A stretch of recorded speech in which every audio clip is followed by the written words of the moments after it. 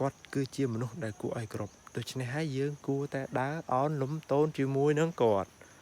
មនុស្សនឹងគាត់ជាមនុស្សល្អហើយគាត់ឃើញមនុស្សមួយទៀតមិនល្អគាត់មិនគោរពវាទៅជាគាត់នឹងទៅជាលែងមានតម្លៃមិនត្រូវ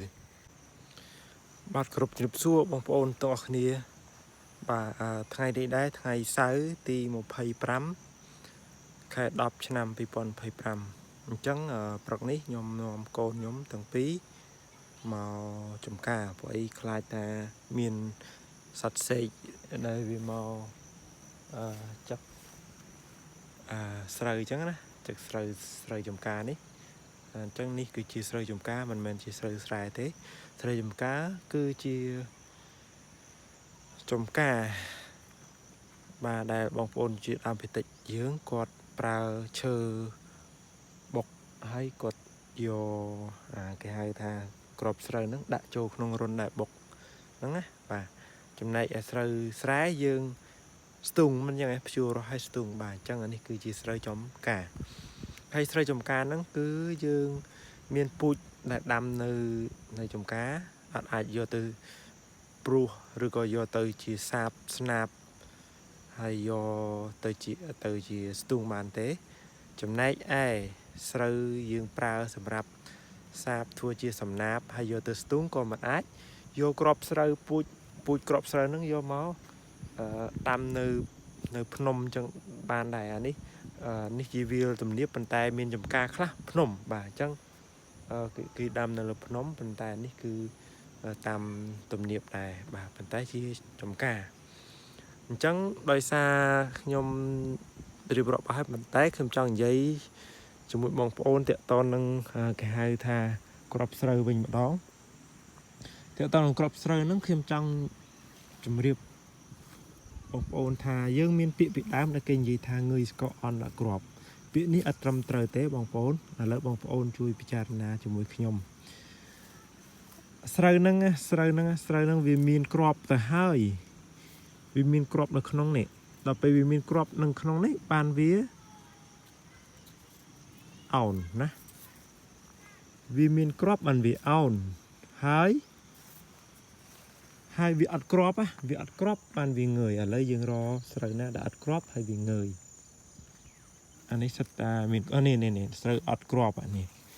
អត់តាន់មានក្របណាអត់តាន់មានក្របអញ្ចឹងវាងើយនេះបាទនេះវាត្រង់អញ្ចឹងវាងើយណាវាអត់ក្របឬក៏គេហៅថាស្កកហ្នឹងមកពីវាស្កកមកពីវាអត់ក្របបានវាងើយវាត្រង់អញ្ចឹង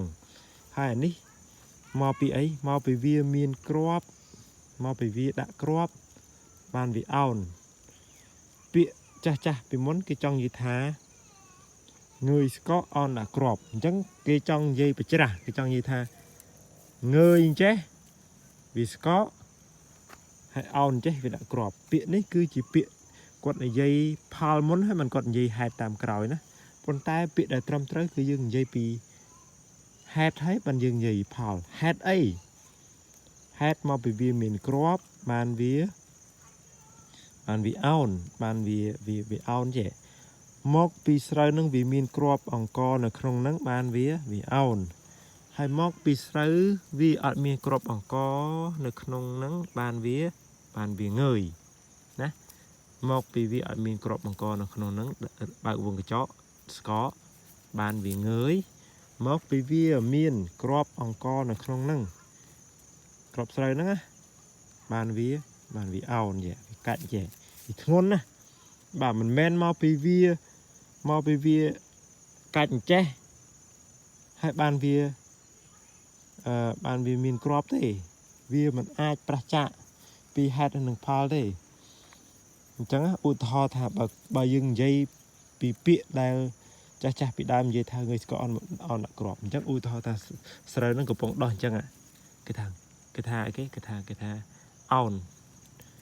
អញ្ចឹងឲ្យវាអោន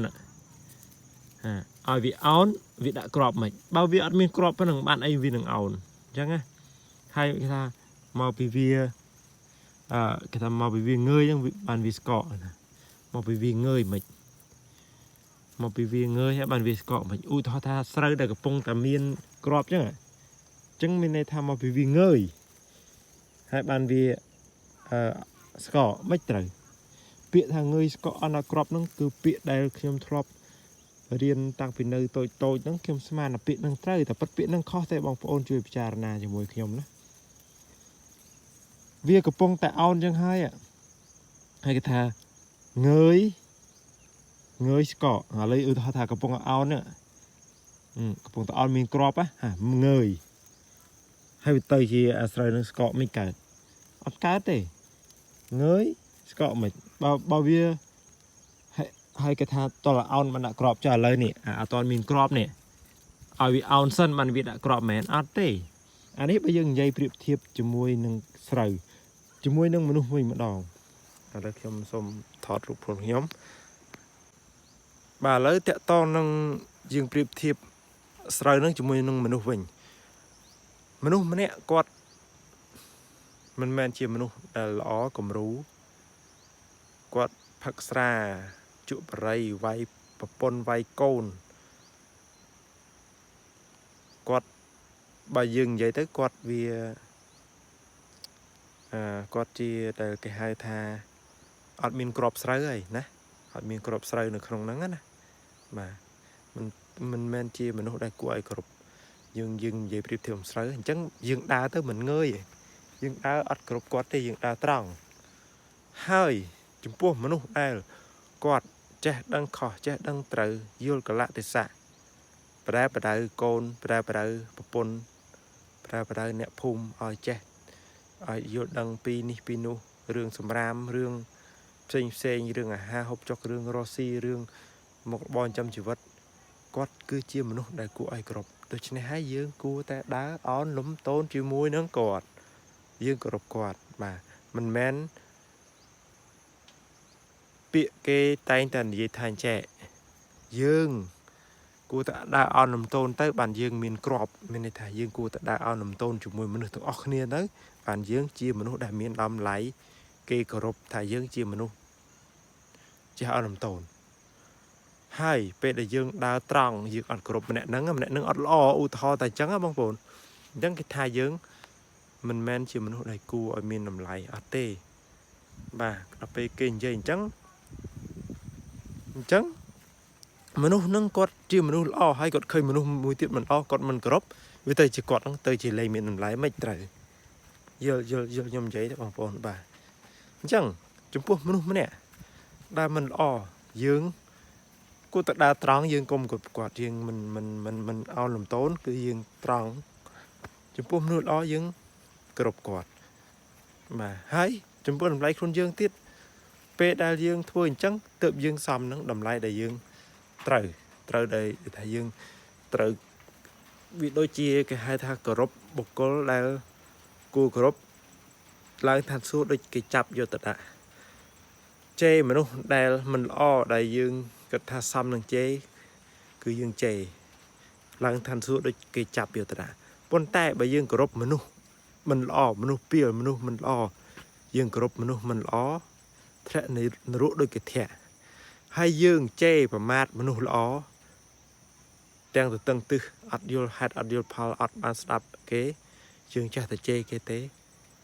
យើងអត់បានសិក្សាស្វែងយល់អញ្ចឹងយើងក៏ជាមនុស្សដែលធ្លាក់នរកដូចគេធាក់ពីក្រោយដែរបុគ្គលដែលមិនគួរជេរយើងទៅជេរបុគ្គលដែលគួរជេរតែយើងមិនជេរវិញអាហ្នឹងយើង